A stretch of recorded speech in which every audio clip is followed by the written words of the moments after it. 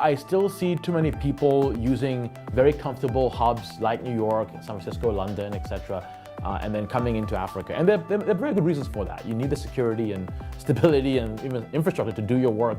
And I come across in my travels a lot folks who are doing work in Africa but not based in Africa.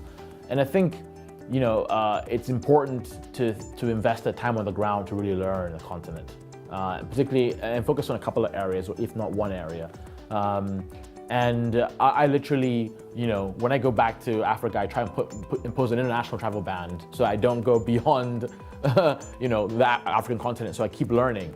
A lot of my success in the last 5 years in Africa is because I've been investing a lot of time on the continent, observing, really observing. So don't necessarily take an Uber everywhere in Africa, which does exist. Maybe take the public transport and talk to people and find out what their challenges are. You might learn stuff. Like I quickly learned about how people were consuming media digitally. They weren't just streaming it off Apple, iTunes or Spotify. They were sharing via Bluetooth, and it's very obscure. You'll learn very interesting trends if you just observe, and it's very hard to do that from outside Africa or in the US, etc. And so investing the time on the ground is really, really important. Finding partners who you can work with that can educate you. Also investing a good amount of time in understanding how government thinks and educating them about what the trends are. So for example, doing a Bitcoin startup in a country where the government really doesn't understand it is probably not the right way to go.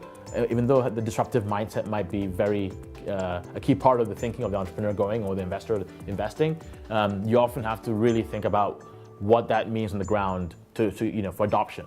On the topic of adoption, don't assume that Africans behave the same way as other consumers. If you look at, say, KFC, they have a totally different strategy in Africa than they do elsewhere. They have much more nicer. If you look at how Techno, the phone company I mentioned, they really came in and offered the right features at the right price point to overtake Samsung and Intel.